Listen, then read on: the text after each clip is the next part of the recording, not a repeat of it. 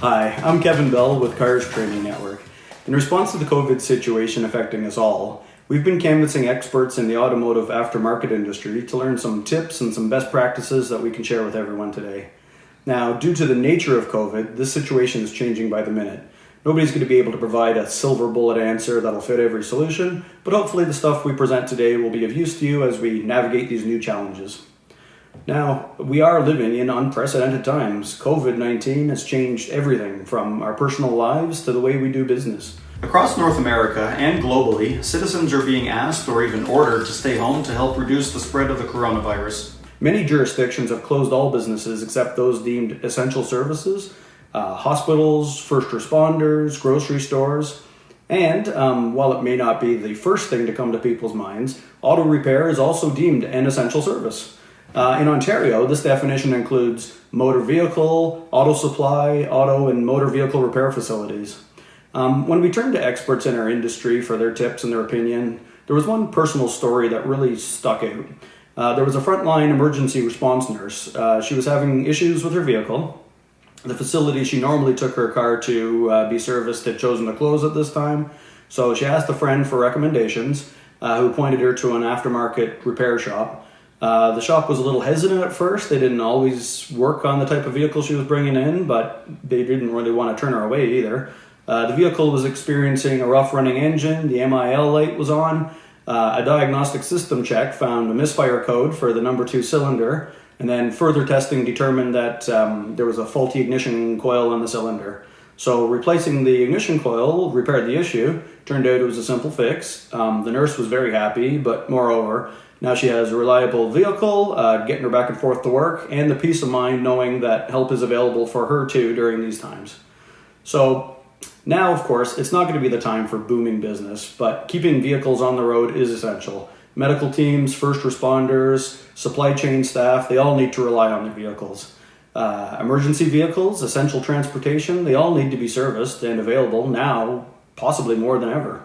Supply chain transport for food, medical supplies and equipment, essential goods, they all rely on their vehicles operating smoothly. So while business is going to be slow, many people are scared, they're unable or unwilling to leave their homes. But as shop owners, you are providing an essential service in the community. Now is the time for people before profit and to plan and prepare for better days ahead. So as of the beginning of April, there's currently no vaccine to prevent the coronavirus. Right now, the best way to prevent getting sick from corona is to avoid being exposed, hence all these directives for people to stay home. It's thought that the virus is spread person to person between close contact of less than 6 feet. The disease is then transmitted through respiratory droplets when an infected person either coughs or sneezes. It was initially thought that older adults and those with pre-existing medical conditions would be affected the worst, but as time's going on, we're seeing that COVID isn't really discriminating. It can really make anybody of any age sick. So while being deemed an essential service allows auto repair shops to stay open, it doesn't force them to. A lot of shops will be closing at this time. Those that do remain open will have to take every precaution possible for the safety and protection of their staff and their customers. It's been said throughout the news and social media, but we're going to repeat it here. Clean your hands often. If you're wondering if you clean them enough, clean them again. Using soap and water for a minimum of 20 seconds, especially if you've been in places that were open to the public. Hand sanitizer is not going to be easy to come by, but if soap and water aren't immediately available, try to use a hand sanitizer with a base of at least 60% alcohol. Cover all the surfaces of your hand, keep rubbing until your hands actually feel dry. At this time, avoid touching your eyes, your mouth, your face, especially with unwashed hands. In the workplace, it is essential to clean and disinfect. Not only does this take the welfare of your staff and your customer into account, but it also helps present the proper message. You're taking customer safety seriously. This is presenting an appropriate message of providing essential service during this crisis. Frequently touched surfaces should be cleaned and disinfected often. Tables, door handles, light switches, counters, desks, phones, keyboards, sinks, faucets, toilets, all areas that really need to be cleaned. The United States Center for Disease Control, the CDC, is providing direction for cleaning and disinfecting. By this definition, they refer to cleaning as the removal of germs, dirt and impurities from a surface. Now, cleaning doesn't actually kill bacteria, but by removing them, it's going to lower their numbers and lower the risk of spreading infection. Their definition of disinfecting, this refers to using chemicals to kill germs on surfaces. This process doesn't necessarily clean a dirty surface or remove germs, but by killing the germs on a surface after cleaning, it can help further lower the risk of spreading infection. When cleaning hard surfaces, wear disposable gloves. Gloves should be discarded after each use. If reusable gloves must be worn, these gloves should be dedicated to cleaning surfaces for COVID-19 and must not be used for other purposes. Clean your hands immediately after these gloves are removed. And as always, refer to the manufacturer's instructions regarding cleaning products used. If surfaces are dirty, they should be cleaned with detergent or soap and water before disinfection. We know that cleaning supplies are going to be hard to come by now, but the CDC suggests that diluted household bleach with at least 1,000 parts per million of sodium hypochlorite, this can be used if appropriate for surfaces. So to prepare a bleach solution, you mix 5 tablespoons of bleach per gallon of water. Again, follow the manufacturer's instructions for application. Ensure that the contact time is at least a minute of whatever surface you're cleaning. Allow for proper ventilation during and after application. Never mix household bleach with ammonia or any other kind of cleansers. And of course, make sure that the product isn't past its expiry date. For soft, porous surfaces like carpeted floors or rugs, first remove any visible contamination if it's present, and then clean with appropriate cleaners. Launder where applicable, using the warmest appropriate water setting, and then make sure it's dried completely. For electronics, including cell phones, tablets, keyboards, first remove any visible contamination. Follow your manufacturer's instructions for cleaning and disinfecting, but if there are no manufacturer's recommendations available, consider using alcohol-based wipes or sprays containing at least 70% alcohol base to disinfect touchscreens.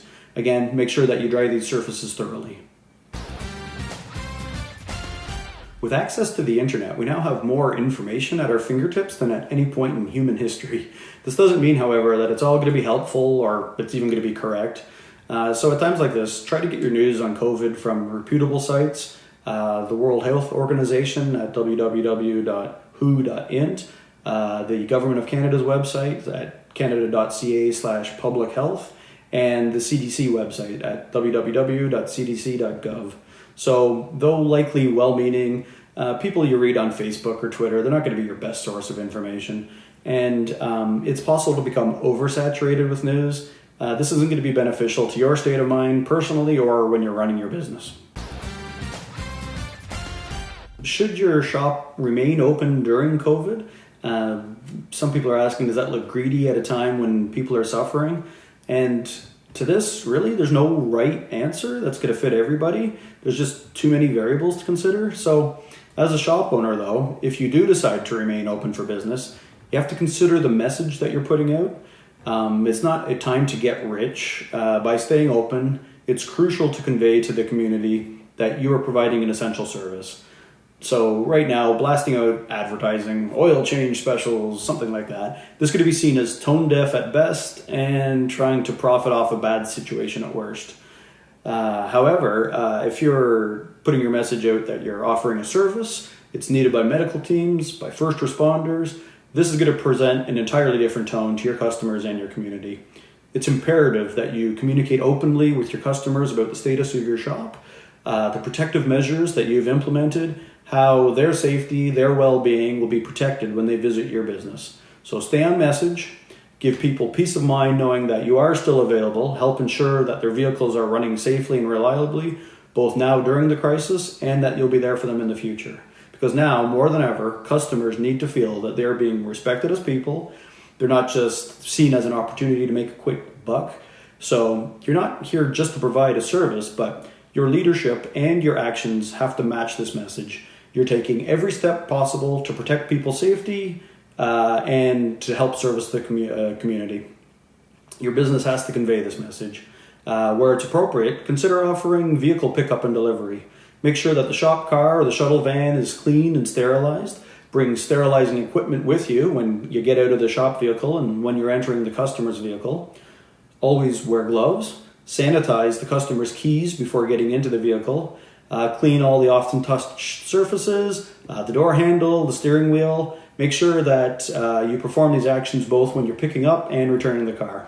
And it's not actually enough to just merely be clean. The process has to be transparent to the customer, gives them peace of mind. So convey the message that you're taking their trust and their safety seriously. The reality is that we're not going to see as much business now. So every opportunity with a customer needs to count. Not every dealership will be staying open at this time.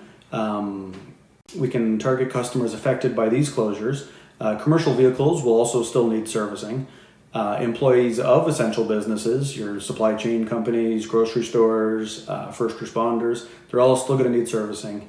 The proper message to present at this time would be to offer needed solutions to customers to assist them while their traditional avenues might not be available. Coming off as greedy, as money grubbing right now, it's not going to present the right message. A customer is going to remember how they felt they were treated. They're going to remember compassionate service for years to come. Alternatively, nothing's going to turn them off faster than appearing to want to profit from a crisis right now. This is the time to seriously look at your message. There's actually several methods to get this message out. Social media, Facebook, these kind of things, they allow for geo-targeting to specific demographics. So if a particular dealership in your area has closed, this will let you send a message to that make of vehicle's owners, let them know that you're here from them. You're open, you're here to make sure their vehicles remain reliable both today and into the future. Existing customer databases that you already have will show you who's brought what type of vehicles into your shop. This might be able to help you focus on where to send this message. And typically, the auto world revolves around customers calling to make appointments, but don't forget, the phone works both ways. Don't push your message as a sales opportunity, but make sure that people know that you're here for them during a crisis and that you're here to make sure that they can rely on their vehicles during this crisis. Again, a lot of people are not going to be in the market for service at all, so it's up to you and your staff to make the most of what you can do. So let's look at some potential avenues of business. During this time, a lot of people are going to be working from home who don't traditionally. A lot of their cars will be left unattended in a garage, but as we all know, cars are designed to be driven. Leaving them unattended for extended periods, they could lead to issues that a driver might not even be aware of. Common trouble spots include tires, flat spotting. This occurs when the weight of the vehicle sits on just one portion of the tire for an extended period. This will flatten the rubber. Brakes could be another issue. Unused brake rotors will develop rust. A parking brake left engaged can cause the brake pads to actually bind to the rotors. Batteries are another thing to look at. Over time, these batteries can discharge. Fluids, left unused, fluid in fuel can separate. Water vapor can accumulate in the gas tank. So this kind of maintenance work is something to watch for. Deferred work is another avenue of approach. When businesses do return to normal, there's likely to be a rush of customers who put off essential service work. With the unpredictable nature of this COVID virus, it's not certain supply lines for parts will always be available. So if there is any necessary work that they've deferred, now might be the best time to attend to this. As the shop owner, you set the tone for your team. You have to be aware that your people will be nervous. It's just human nature. It's an unprecedented event. People are going to be scared. Not everyone's going to be in the same frame of mind as the owner of the shop in regards to what to do about the business, how to save a business. This is going to be the time for transparency, for communication. Be compassionate. Remind your staff what's at stake. Make sure that they're making the most of every single customer interaction. If a customer is still calling, regardless of the world situation and whatever might be going on in their home life, they obviously need the work done. They're going to respect that you're providing this essential service. So set a compassionate tone. This has to be modeled from the top down. So model the behavior you're expecting from your team. Right now, maybe more than ever, leadership's going to be essential.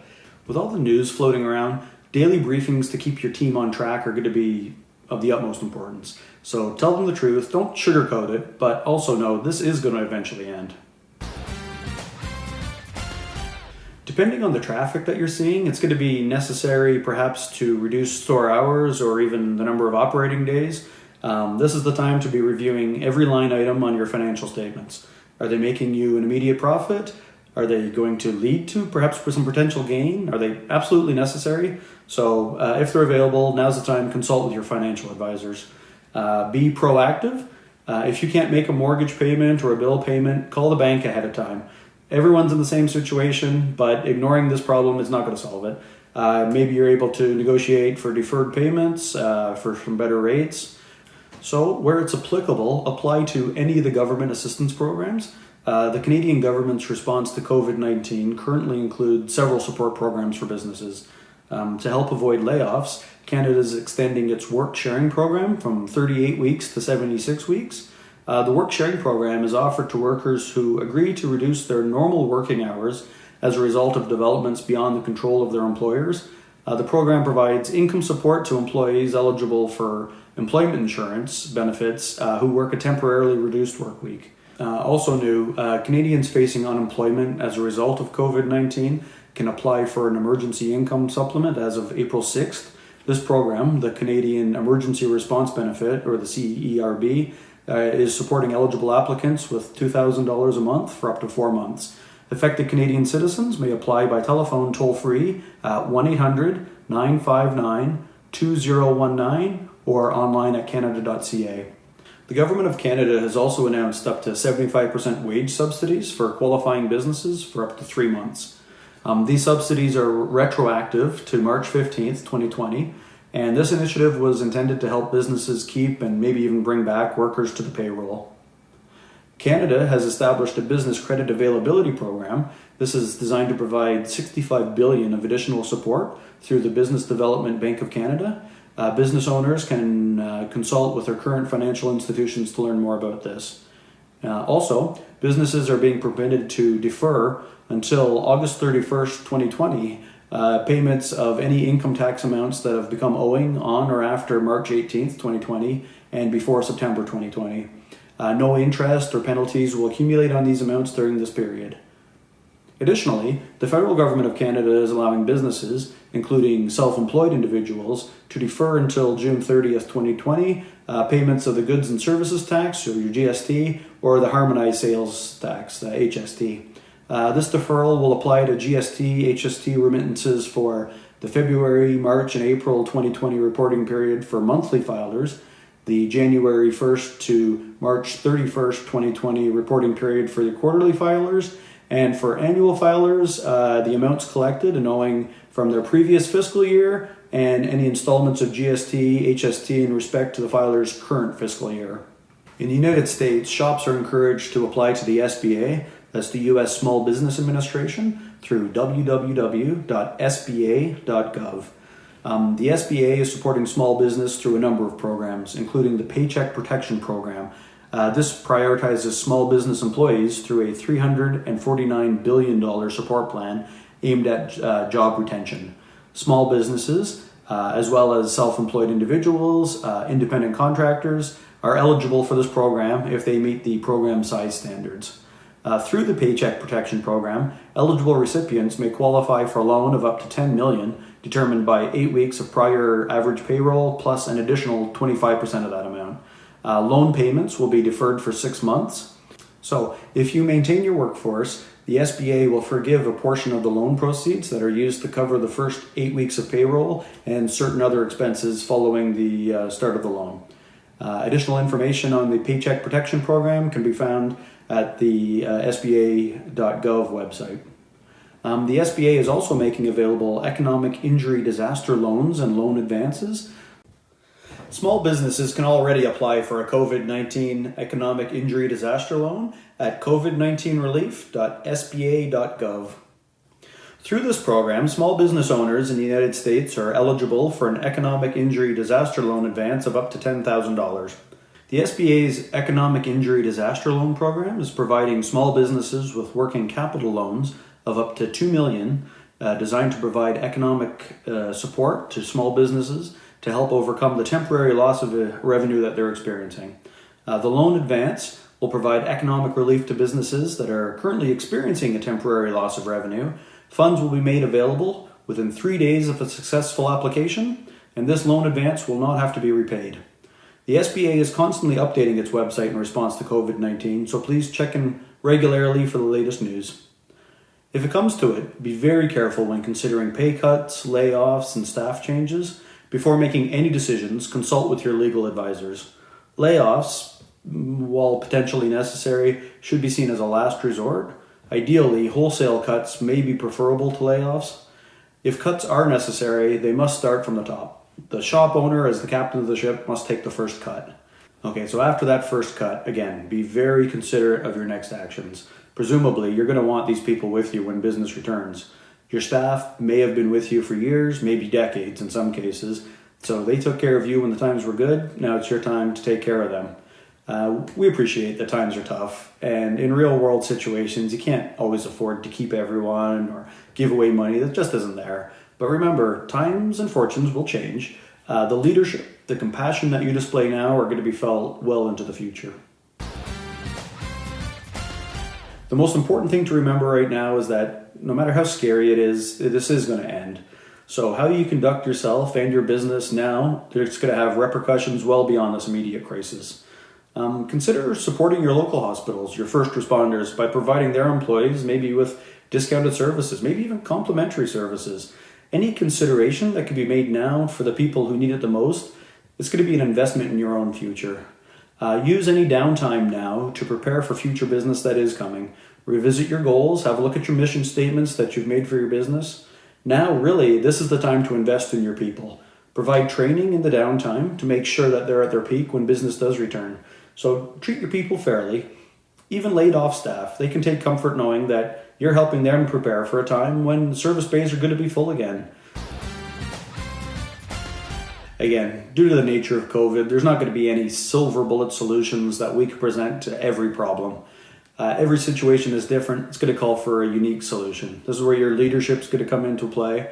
What remains consistent here is how you're going to act during this crisis. So make sure you're presenting the right message. Remember, now is not a time to push for sales. You're here providing an essential service to your community. Your customers, your staff, they're going to appreciate a compassionate, consistent message. They're going to know that you see them as people, that you care for their safety and their well-being, and for the reliability of their vehicles during a crisis. So remember, COVID's not going to last forever, but with a proper message, the impression that you make to your customers and your community will last. Thank you for joining us here today.